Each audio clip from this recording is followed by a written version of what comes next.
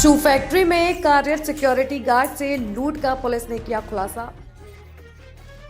नमस्कार, आप देख रहे हैं कंटाप टीवी। मैं हूं आपके साथ संदली सिंह।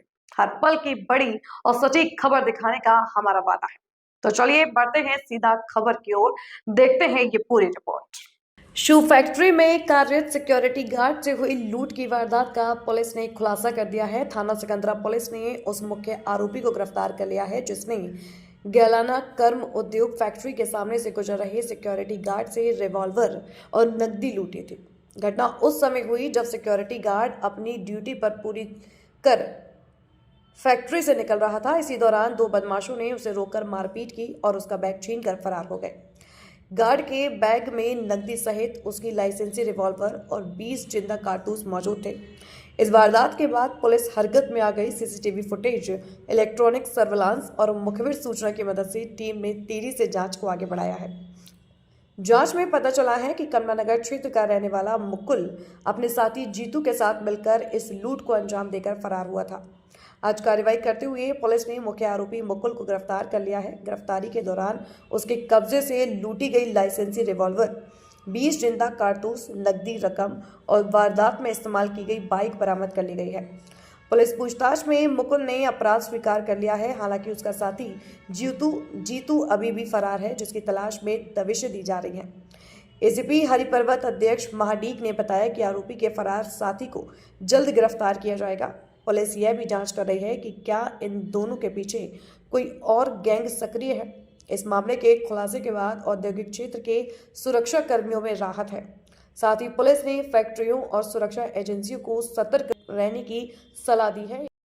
दिनांक 28 दिसंबर 2025 को थाना सिकंदरा क्षेत्र में एक शू फैक्ट्री है, उसके सिक्योरिटी गार्ड से रिवॉल्वर और उसके कुछ पैसे की लूट करी गई थी।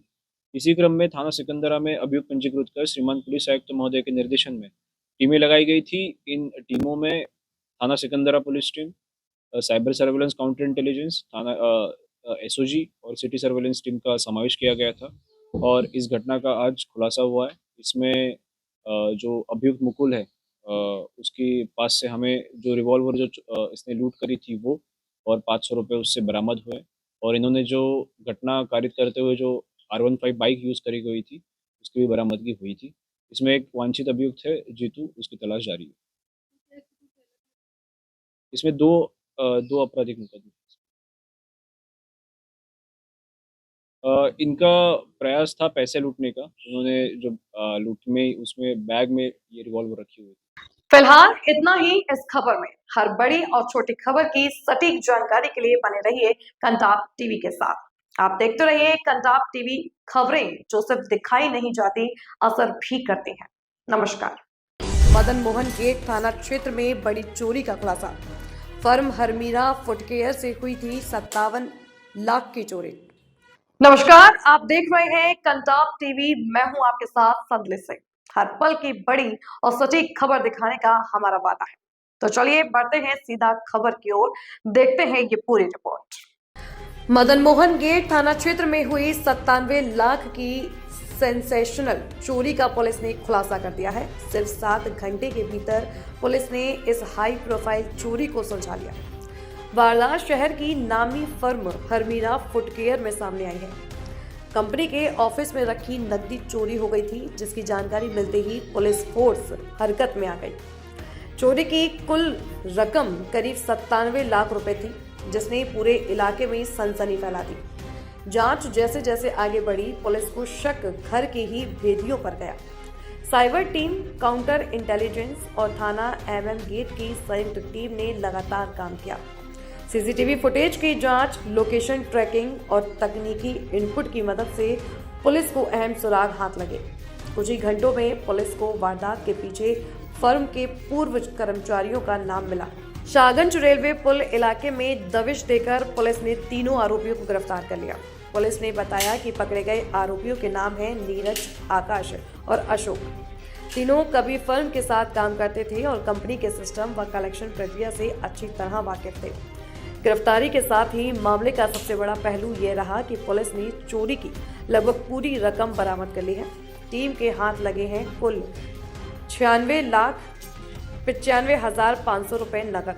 कंपनी के बैंक रसीदें और एक बैग जिसमें यह सारा कैश भरा हुआ था। पुलिस अधिकारियों ने इसे एक बड़ी सफलता बताया है। तेजी से काम करते हुए तीनों आरोपियों को पकड़ना और रकम बरामद करना पुलिस प्रशासन के लिए बड़ी उपलब्धि मानी जा रही है। पुलिस का कहना है कि आरोपियों ने पूरी योजना पहले से बनाई थी और मौका देखकर ऑफिस से नकदी चुराकर फरार हो गए, लेकिन लगातार निगरानी और तकनीकी विश्लेषण के चलते इन्हें ज्यादा देर तक बच निकलने का मौका नहीं मिला। फिलहाल तीनों के खिलाफ कार्रवाई की जा रही है और न्यायालय में पेश करने की तैयारी है। पुलिस इस बात की भी जांच कर रही है कि क्या चोरी की रकम में किसी और की हिस्सेदारी या सूचना शामिल थी। देखिए कल दोपहर में करीब 1:30 बजे पुलिस को एक सूचना मिलती है कि थाना MM गेट में एक हरमीरा फुटकेयर नाम की फर्म पे चोरी की घटना विगत रात हुई है। उनको वो सूचना सुबह 9 साढ़े 9 बजे मिलती है और जब हम लोगों को सूचना मिलती है तो तत्काल हमारे द्वारा एडिशनल DCP आदित्य के नेतृत्व में तत्काल ADCP मौके पे पहुंचते हैं और अपनी पूरी टीम के साथ जब उस घटना को देखते हैं और वादी से बात करते हैं तो वादी ने बताया कि लगभग 20 से 22 लाख रुपए की चोरी हुई है। ये जो हरमीरा फुटकेयर है ये जूतों का होलसेल का काम करती है, लोकल वेंडर से परचेज करती है और परचेज करने के बाद वहाँ से फिर आगे अलग अलग डिस्ट्रीब्यूटर्स को आगे भेजती है। तत्काल इसमें मेरे द्वारा 5 टीमें लगाई गई, जिसमें SOG की टीम, सर्विलांस की टीम और काउंटर इंटेलिजेंस की टीमों ने मिलकर बहुत ही प्रोफेशनल तरीके से इसमें काम किया और घटना कारित होने के 24 घंटे के अंदर इसमें जो वहाँ पर 3 अभियुक्त थे उन सबकी गिरफ्तारी की गई। इसमें जो तीनों अभियुक्त हैं जो गिरफ्तार हुए हैं उनके नाम आकाश, नीरज और अशोक हैं। आकाश और नीरज सगे भाई हैं, अशोक उनके पिता हैं, ये भी घटना में शामिल थे। नीरज वहाँ उसी फर्म में काम करता था और 15 दिन पहले वो उस फर्म से काम करना छोड़ चुका था। ये वहाँ पर घटना करने की फिराक में था, ये जानता था कि वहाँ पर इस तरह की बड़ी फाइनेंशियल डीलिंग्स होती हैं और हमारी टीम ने जब इसको पकड़ा, इससे विस्तृत पूछताछ की तो इसने अपना जुर्म कबूल किया और CCTV फुटेजेस में भी जो हमें वहाँ से प्राप्त हुए उसमें भी इसका सारा हुलिया उससे मैच हुआ। पुलिस ने तत्काल इसमें जब बरामदगी की तो बरामदगी हमारी अपेक्षा से बहुत ज़्यादा निकली और लगभग इसमें 96,95,000 रुपए के आसपास रुपए बरामद हुए। क्या ये पेशेवर चोर है पहले से? इस पे अभी तक कोई इसका आपराधिक इतिहास नहीं मिला है। हम लोग अन्य राज्यों से भी इसके आपराधिक इतिहास जानना चाहते हैं। व्यापारी ने भी कहना था कि इसमें और भी पैसा हो सकता है और उसके बारे में वो अपना सारी विस्तृत तरीके से बताएंगे, पर चूंकि घटना के 24 घंटे के अंदर ही इसका खुलासा हो गया तो और व्यापारी से हमारी विस्तृत बातचीत हुई, उन्होंने एडमिट किया कि हाँ इतनी फाइनेंशियल डीलिंग्स उनके यहाँ होती थी।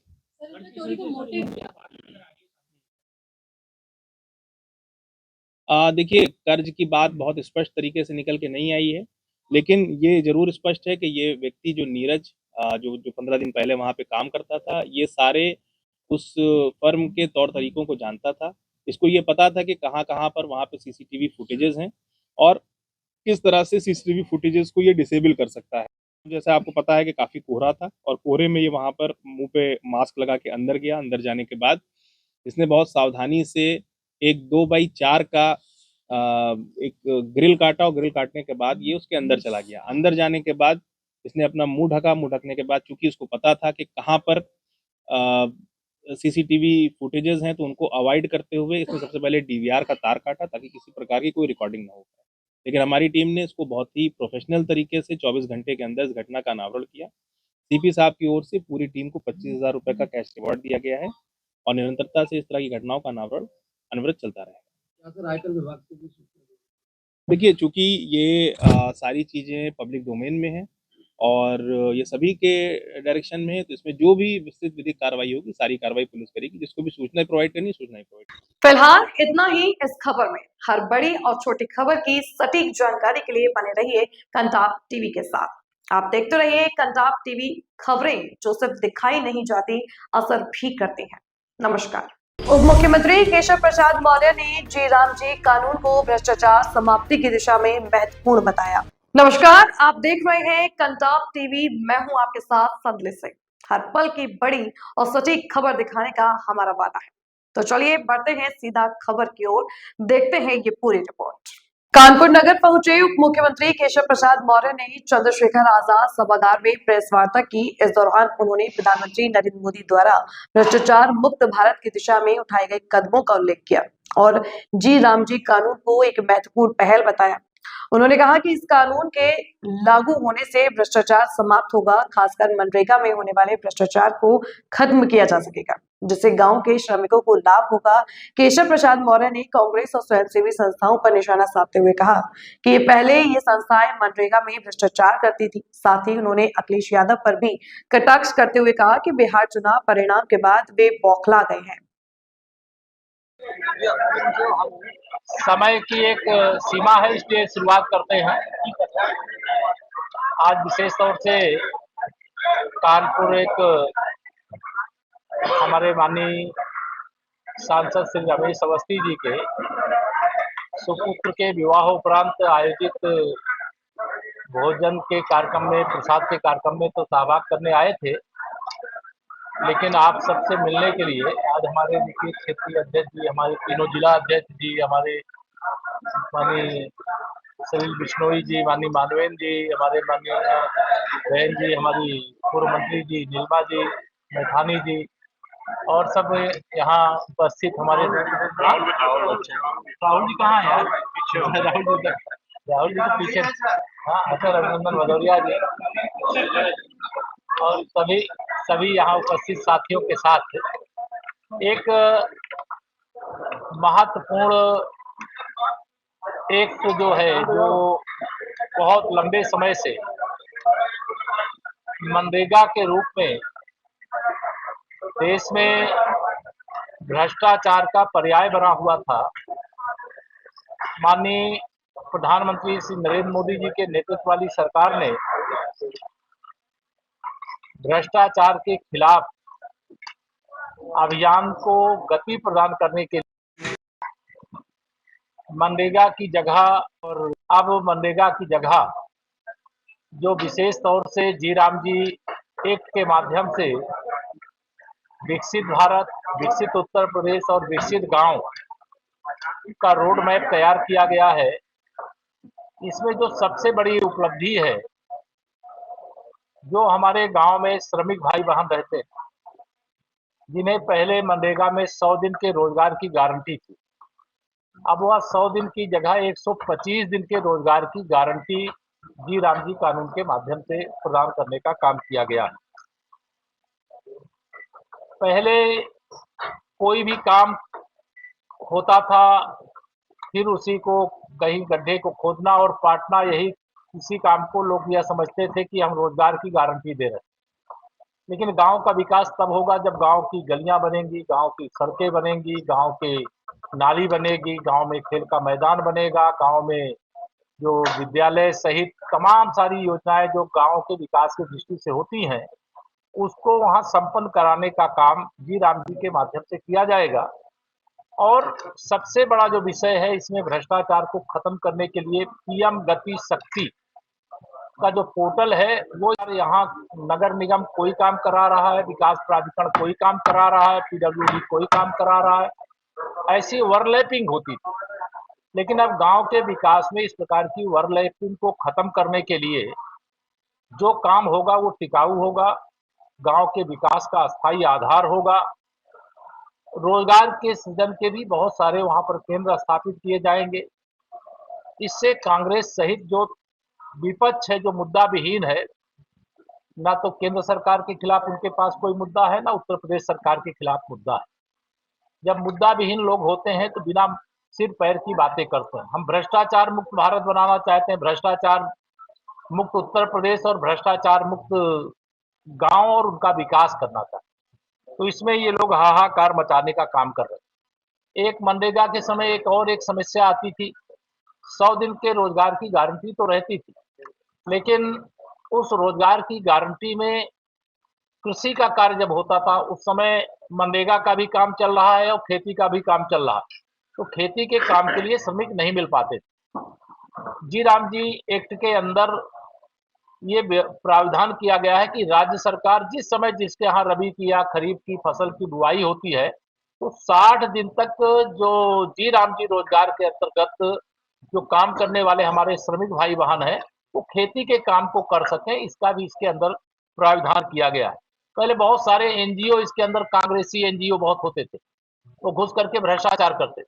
और ये एनजीओ की व्यवस्था इस जी राम जी कानून के अंतर्गत खत्म करने का काम कर दिया गया।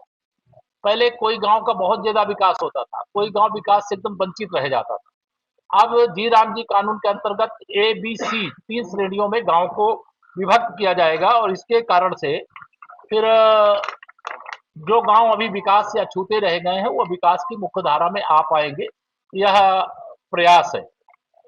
साथ ही अभी स्कूलों में पहले इसमें बाउंड्री बनवा सकते थे, लेकिन अब लेबोरेटरी भी अगर बनवाना है तो वह भी बनाने का काम इसके अंतर्गत कर सकते हैं। स्वच्छता के लिए पहले केवल गड्ढे खोद सकते थे क्योंकि मिट्टी का कच्चा काम कर सकते थे, लेकिन अब अगर कोई शौचालय बना रहा है तो उसकी सारी व्यवस्था वहां पर वो करने का काम इस एक्ट के माध्यम से कर सकता है। पहले इसमें 5 वर्ष का कार्ड बनता था, फर्जी कार्ड बनता था, लेकिन अब 3 वर्ष का बनेगा और 3 वर्ष के बाद उसका फिर नवीनीकरण होगा। तो यह जो जी राम जी एक्ट है, इसके आने से हमारे देश का विकास होगा, हमारे प्रदेश का विकास होगा, हमारे गाँव का विकास होगा। और इसी लक्ष्य के अंतर्गत माननीय प्रधानमंत्री श्री नरेंद्र मोदी जी के नेतृत्व में जो विशेष तौर से 70% लगभग आबादी गाँव में रहती और उसका जीवन खुशहाल तब होगा क्योंकि उसका जो हाईवे है, उसके गाँव के, उसके मोहल्ले की गलियाँ और वह गलियाँ हरदम बजबजाती रहती थी। नालियाँ हैं लेकिन पानी निकास का सही प्रबंध नहीं होता था। अब यह सारा काम जी राम जी एक्ट के बाद से होने का रास्ता खुला है। यह मुझे आप लोगों को जानकारी देनी थी और हमें पूरा विश्वास है कि माननीय प्रधानमंत्री जी ने जो बहुत बड़ा कदम उठाया है भ्रष्टाचार मुक्त भारत बनाने की दिशा में, जिसमें लगभग अब तक 12 लाख करोड़ रुपया जवाहर रोजगार योजना से लेकर के, मनरेगा से लेकर के खर्च किए गए, लेकिन गांव का जो ढांचा है वो नहीं सुधरा। अब ये सुधार बहुत तेजी के साथ होगा, ऐसा हमारा विश्वास है। धन्यवाद। सुप्रीम कोर्ट के बारे में कुछ कहा जा सकता है? जेएनयू ने रात को प्रदर्शन किया है। नहीं, कि अगर जेएनयू में कोई प्रदर्शन किया है और देश की सर्वोच्च अदालत ने अगर जमानत देश के दुश्मनों को नहीं दिया है तो वह भी मैं यही कहूंगा कुछ देशद्रोहियों के साथ। तो अखिलेश यादव ने एसआईआर को लेकर बोला है कि कलेक्टिव वो एनआरसी लागू कर रहे हैं। क्योंकि श्री अखिलेश यादव जी बिहार चुनाव के परिणाम आने के बाद से बौखला गए। वह 2027 में सत्ता में वापसी के मुंगेरी लाल की तरह हसीन सपने देख रहे थे। उनके सपने बिहार में जब चूर चूर हो गए तो उनको ये पता है कि 2027 तो छोड़ो, 2047 तक उत्तर प्रदेश की सत्ता के इर्द गिर्द भी समाजवादी पार्टी दिखाई नहीं देगी और ये सैफई में तो दिखाई देंगे लेकिन लखनऊ में नहीं दिखाई देगी। फिलहाल इतना ही इस खबर में। हर बड़ी और छोटी खबर की सटीक जानकारी के लिए बने रहिए कंटाप टीवी के साथ। आप देखते रहिए कंटाप टीवी, खबरें जो सिर्फ दिखाई नहीं जाती, असर भी करती हैं। नमस्कार। थाना बरहन क्षेत्र में हुई हत्या की गुत्थी पुलिस ने सुलझाई। बरहन पुलिस सर्विलांस व एसओजी की संयुक्त बड़ी कार्रवाई। नमस्कार, आप देख रहे हैं कंटाप टीवी, मैं हूं आपके साथ संदली सिंह। हर पल की बड़ी और सटीक खबर दिखाने का हमारा वादा है, तो चलिए बढ़ते हैं सीधा खबर की ओर, देखते हैं ये पूरी रिपोर्ट। थाना बरहन क्षेत्र में हुई हत्या की गुत्थी को पुलिस ने सुलझा लिया है। शुरुआती जांच में इसे हादसा बताने की कोशिश की गई थी, लेकिन सर्विलांस, एसओजी और स्थानीय पुलिस की संयुक्त पड़ताल में मामला साजिशन हत्या का निकलकर सामने आया है। घटना का खुलासा करते हुए पुलिस ने बताया कि जिन लोगों को मूल रूप से निशाना बनाया गया था वे बच निकले। योजनाबद्ध वारदात में कैफे पर काम करने वाले युवक की गलत पहचान के चलते हत्या कर दी गई। पुलिस जांच में यह भी सामने आया है कि हत्या के पीछे आपसी रंजिश और प्रेम प्रसंग से जुड़ा विवाद प्रमुख वजह था।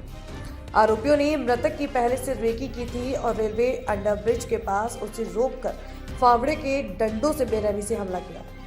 मामले में 4 अभियुक्तों को गिरफ्तार किया गया है। गिरफ्तार आरोपियों में पिता, पुत्र और उनके 2 साथी शामिल हैं। पुलिस के अनुसार हत्या के बाद सभी आरोपी वारदात को सड़क हादसे का रूप देने की कोशिश करते रहे, लेकिन तकनीकी साक्ष्यों, मेडिकल रिपोर्ट और घटनास्थल की जांच ने पुलिस को सही दिशा दी। गिरफ्तारी के दौरान पुलिस टीम ने आरोपियों से 2 कार, 6 मोबाइल फोन और हत्या में इस्तेमाल हथियार बरामद किए हैं। पुलिस का कहना है कि साक्ष्यों और स्वीकारोक्ति के आधार पर बीएनएस की गंभीर धाराएं बढ़ा दी गई हैं। डीसीपी वेस्ट अतुल शर्मा ने बताया कि संयुक्त कार्रवाई और तेजी से की गई जांच के चलते हत्या की साजिश का पर्दाफाश हुआ है। पुलिस अब इस मामले में जुड़े अन्य पहलुओं की भी जांच कर रही है और आरोपियों को न्यायालय में प्रस्तुत किया जाएगा। पुलिस की त्वरित कार्रवाई से एक बड़ा अपराध उजागर हुआ है और इलाके में सुरक्षा को लेकर सतर्कता बढ़ा दी गई है। ये थाना बरहन क्षेत्र में 19 दिसंबर को ये घटना हुई थी, जिसके संबंध में वादी मुकेश चौहान द्वारा ये तहरीर दी गई कि उसके मामा का लड़का है, उसकी जो है एक्सीडेंट में मृत्यु हो गई है। उसमें अज्ञात में अभियोग पंजीकृत किया गया था। इसके बाद एसएचओ बरहन के अंडर इसकी इन्वेस्टिगेशन शुरू की गई, जिसमें कि ये मामला थोड़ा संदेहास्पद लगा। तो क्राइम सीन पर जाकर इसको देखा गया और सीसीटीवीज देखे गए। उसके बाद तो इसमें हमारी तरफ से एसओजी और सर्विलांस की टीम को भी लगाया गया और फिर सभी एंगल्स पे हम लोगों ने इस पर काम किया। सारे एंगल पे सीसीटीवी देखे गए और वहाँ से जो है इनकी कॉल लॉग्स वगैरह देखे गए और जो क्राइम सीन पर जो ब्लड स्प्लैटर और मार्क्स थे उनका भी को भी देखा गया। और इन सब के बाद फिर हम लोगों ने जब आगे इसमें इन्वेस्टिगेशन की तो ये निकल के आया कि एक व्यक्ति जो अनुज नाम का वो इसमें आ रहा है, संदेहास्पद आ रहा है और उसकी लोकेशन भी है वहाँ पर और वो लगातार टच में भी है ये इस लोकेशन पर। तो उसको जब कल रात को पकड़ा गया और उसके साथ में अन्य साथी भी है, इनको पकड़ा गया तो इन्होंने बताया कि हाँ, इन्होंने ही उस लड़के की हत्या की थी।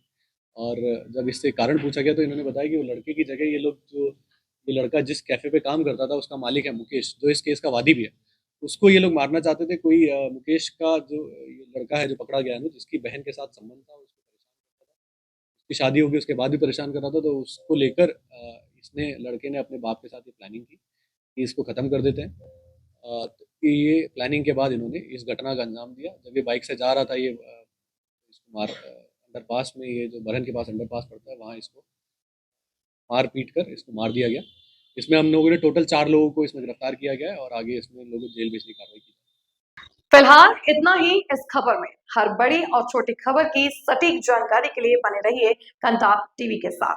आप देखते रहिए कंटाप टीवी, खबरें जो सिर्फ दिखाई नहीं जाती, असर भी करती हैं। नमस्कार। साइबर क्राइम की बड़ी सफलता, 3 अपराधी गिरफ्तार, करोड़ों की जीएसटी चोरी का खुलासा। नमस्कार, आप देख रहे हैं कंटाप टीवी, मैं हूं आपके साथ संदली सिंह। हर पल की बड़ी और सटीक खबर दिखाने का हमारा वादा है। तो चलिए बढ़ते हैं सीधा खबर की ओर, देखते हैं ये पूरी रिपोर्ट। मुजफ्फरनगर में साइबर क्राइम पुलिस ने 3 अपराधियों को गिरफ्तार किया है, जो फर्जी कंपनियां बनाकर जीएसटी चोरी कर सरकार को करोड़ों रुपए का नुकसान पहुंचा रहे थे। आरोपियों के पास से 6 mobile, 5 laptop, 1 hard disk, 3 rubber stamp, 12 digital signature और 34 जीएसटी फर्मों के दस्तावेज बरामद किए गए हैं। आरोपी गरीब लोगों के आधार पर पैन कार्ड का इस्तेमाल कर फर्जी जीएसटी फर्में बनवाते थे और फर्जी बिल व ई-वे बिल जारी करके मुनाफा कमाते थे। पुलिस अब मामले की पूरी जांच कर रही है और अन्य आरोपियों को पता लगाने की कोशिश कर रही है। देखिए, ये साइबर टीम जो है जो जनपद में जीएसटी के अभियोग पंजीकृत हैं, उनकी नोडल ऑफिसर एसपी क्राइम के रूप में मैं नोडल ऑफिसर की भूमिका में हूं और ये हमारी साइबर टीम ने जो है गुड वर्क किया है। इसमें जो है जो मुकदमे पंजीकृत जीएसटी के प्रकरणों में सरकार को आर्थिक रूप से नुकसान पहुंचाना और रॉन्गली आईटी करने का मामला प्रकाश में आया था, जिसको हम लोगों ने टेक्निकली सबूतों को, साक्ष्यों का एकत्रीकरण किया और उसके बाद आज ये 3 अभियुक्त अफजल, मोनिश और हाफिज जो हैं वो गिरफ्तार किए गए हैं, जिसमें हाफिज और मोनिश ये दोनों सीए और अकाउंटेंट का काम करते हैं और ये काम जो है 2023 से ये तीनों लोग ये मिलकर काम कर रहे थे। इनके द्वारा जो है फर्जी तरीके से पहले कंपनियां रजिस्टर की जाती हैं और उन रजिस्टर्ड कंपनियों के माध्यम से ट्रांजैक्शंस दिखाई जाती हैं, फिर फर्जी तरीके से जीएसटी भरा जाता है और आईटीसी की लायबिलिटीज को सेट ऑफ किया जाता है और क्लेम भी किया जाता है। आईटीसी पास ऑन करके उसे क्लेम भी करते हैं। तो इस तरह से ये जीएसटी की चोरी करके जो है सरकार को और भारतीय अर्थव्यवस्था को नुकसान पहुंचाने के लिए का ये काम कर रहे हैं। क्या इसके लिए क्या कोई केस फाइल हुआ था या जीएसटी अधिकारियों ने आप लोगों को सूचना दी? देखिए, ये पहले ही अक्टूबर सितंबर मंथ में जो है जीएसटी के अधिकारियों द्वारा ये मुकदमे पंजीकृत कराए गए थे हमारे विभिन्न थानों में, जिसमें जांच के क्रम में ये सारी चीजें प्रकाश में आई हैं, जिसके बाद ये 3 अभियुक्त गिरफ्तार हुए हैं।